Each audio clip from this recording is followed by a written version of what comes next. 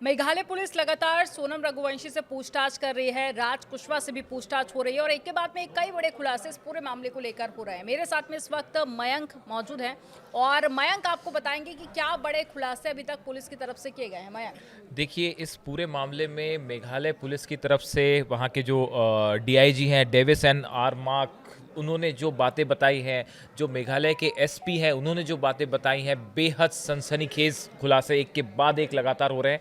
और इसमें जो सबसे बड़ी बात अब निकल के सामने आई है, जो कि खासकर मेघालय के जो शिलांग के एसपी हैं, उन्होंने जो ये बात कही है कि it was a well planned cold blooded murder.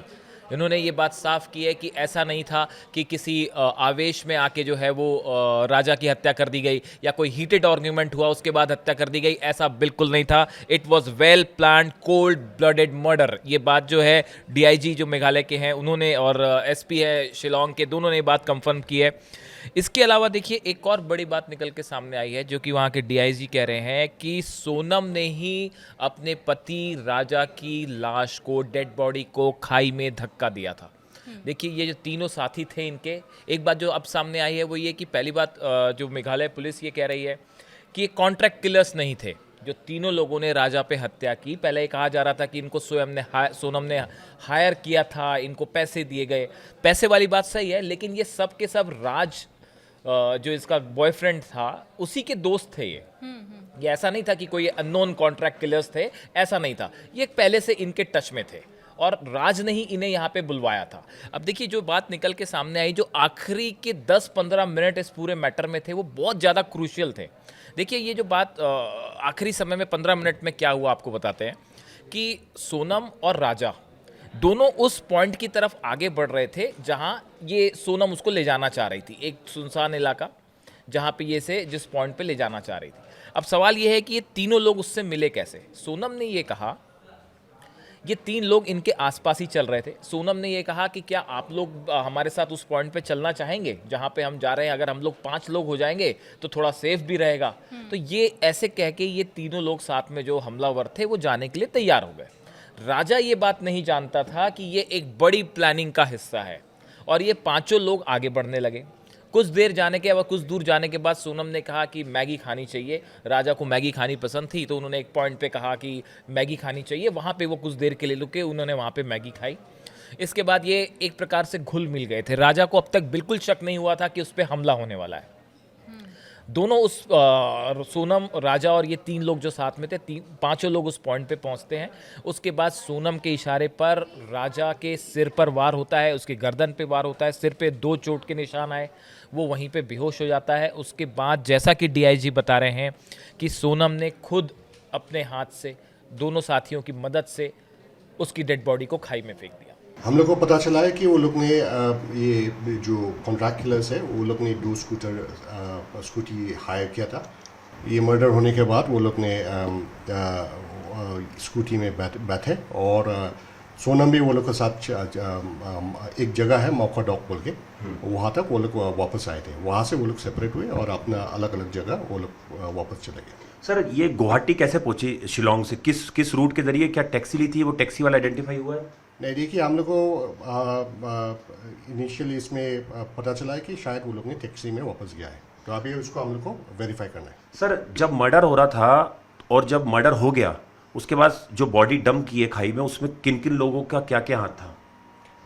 देखिए, इसमें हम लोग को पता चला है कि सोनम ने वो लोग को उस जगह तक लेके गया था। वो लोग को मतलब फ़ोटो खींचना है बोल के उसको लेके गया था, और जब उसको लेके गया तो वो 3 जो कॉन्ट्रैक्ट किलर्स थे वो लोग उसके साथ थे और वो कॉन्ट्रैक्ट किलर्स ने उसको मारा। सर, फेंकने में भी मदद की है बॉडी को डंप करने में सोनम ने? हमारा इनिशियल इंटरोगेशन में ये जो कॉन्ट्रैक्ट किलर्स ने हम लोग को बताया है कि हाँ, सोनम ने भी वो लोग को हेल्प किया। सर, क्या मतलब कैसे उसने फेंका? मतलब अपने बॉडी को उठाया जैसे बाकी लोगों के साथ मिलके? हाँ, बिल्कुल। वो लोग ने बताया कि उसको उठा के वो लोग ने मदद किया उसको वो फेंकने के लिए। ये एक बहुत ही बड़ा इसमें बात निकल के सामने आई है, लेकिन पुलिस का ये भी दावा है कि इस पूरे मर्डर का जो मास्टरमाइंड है वो राज ही है, जो इसका बॉयफ्रेंड है वो राज है। दोनों का आमना सामना करवाया था पुलिस ने और दोनों ने एक दूसरे पर आरोप लगाने शुरू कर दिए थे। सोनम ने राज को मास्टरमाइंड बताया, राज ने सोनम को मास्टरमाइंड बताया, लेकिन पुलिस का कहना ऐसा है जांच के बाद जो अब तक बात सामने आई कि राज ही मास्टरमाइंड है। अब देखिए इसमें एक दो चीज़ें और निकल के आई हैं कि भाई जब सोनम ने राजा की हत्या करवा दी, उसके बाद आखिर प्लान क्या था? भाई आपने अगर मर्डर करवाओगे, आप किसी का मर्डर करोगे तो उसके बाद आपका कोई प्लान तो होगा कि भाई आप कैसे वहाँ से बचोगे या कैसे वहाँ से फरार होगे। तो जो मेघालय पुलिस ने बात बताई है, मेघालय पुलिस का कहना ऐसा है साहब कि ये चाह रहे थे कि उसकी डेड बॉडी को खाई में फेंक दें और कुछ दिनों में ये डेड बॉडी डिकम्पोज हो जाएगी, उसके बाद शायद उसको आइडेंटिफाई करना मुश्किल हो। और ये इस मामले को ये रूप देना चाह रहे थे कि सोनम को किडनैप कर लिया गया, लूटपाट के इरादे से हत्या होती है, राजा की हत्या हो गई, उसे खाई में फेंक दिया गया, सोनम को किडनैप कर लिया गया, कुछ दिनों तक वो किडनैप खुद को बताएगी और उसके बाद वो छूट के बाहर आ जाएगी। लेकिन ये प्लानिंग सफल नहीं हो पाई, ये प्लान गड़बड़ा गया। राजा की डेड बॉडी पुलिस ने बरामद कर ली, आइडेंटिफिकेशन फौरन हो गया और यहाँ से इनका प्लान बिगड़ना शुरू हो गया। ये भी बात सामने आई है कि 14 से 17 दिन तक हत्या करने के बाद वो इंदौर में रही, यानी जिस समय राजा का फ्यूनरल हो रहा था, अंतिम संस्कार हो रहा था, हो सकता है इंदौर में बैठी ही सोनम उसको टीवी पे देख रही थी। तो ये भी अपने आप में बड़े सनसनीखेज खुलासे हैं। तो देखिए इस पूरे मैटर में अब ये कुछ चीज़ें बड़ी साफ है कि एक तो कोल्ड ब्लडेड मर्डर था, हर चीज़ बड़ी शातिराना तरीके से प्लान की गई थी।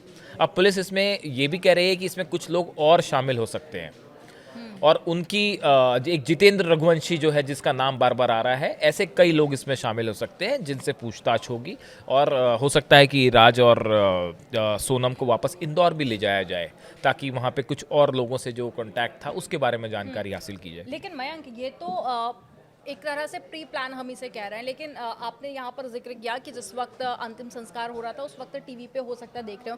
कई सारे लोगों के मन में ये सवाल था कि सोनम कैसे भागी है। तो अभी पुलिस ने ये भी बताया है कि वो बुर्का पहन के उसने पूरा ट्रेन में सफ़र किया है, वो इंदौर पहुंची है और साथ ही दोनों एक लड़की की बॉडी ढूंढने की कोशिश कर रहे थे बाद में, जब सोनम को ढूंढा जा रहा था कि अगर कोई महिला मिलती है तो उसको मारकर।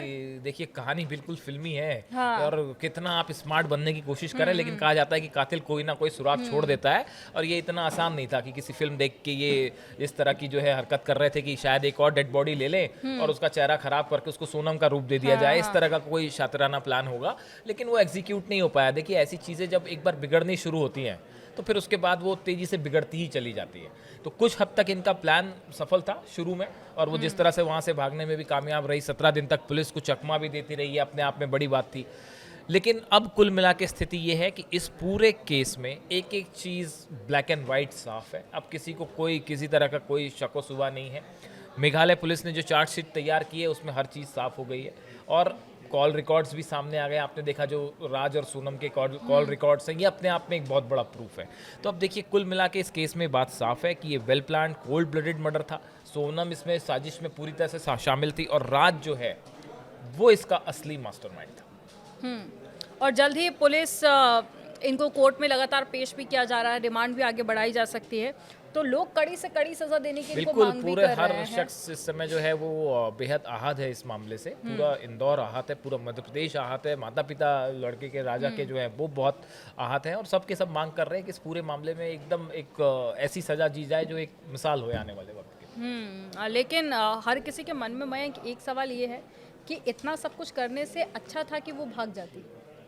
कई सारे इसके पीछे लोग समाज देखिए का अब डर भी एक बता एक रहे नई हैं। बात और एक सामने आई है कि ऐसा पता चल रहा है कि सोनम ने अपनी मम्मी से कहा था, अपनी माँ से शादी के वक्त कहा था कि मेरी शादी करवा रहे हो, अब देख लेना उसका अंजाम क्या होगा। तो एक प्रकार से देखिए खासकर उसकी माँ को ये बात पहले से पता थी। अगर जब राजा की मौत की सूचना आई या ये पता चला कि राजा लापता है तो एक प्रकार से आप देखिए सोनम के परिवार वालों को तुरंत पता चल जाना चाहिए था कि ये क्या हुआ है। इसमें कोई शक ही नहीं है। तो अब ऐसी स्थिति में उनके परिवार वालों से भी पूछताछ होनी चाहिए इस मैटर में कि आपके पास अगर ऐसी जानकारी थी तो ये छुपाई क्यों आपने। अब माँ बाप पर भी सवाल उठ रहा है और लोगों का कहना है कि बच्चों की ज़बरदस्ती शादी करवाई जा रही है तो वो भी कहीं ना कहीं गलत है।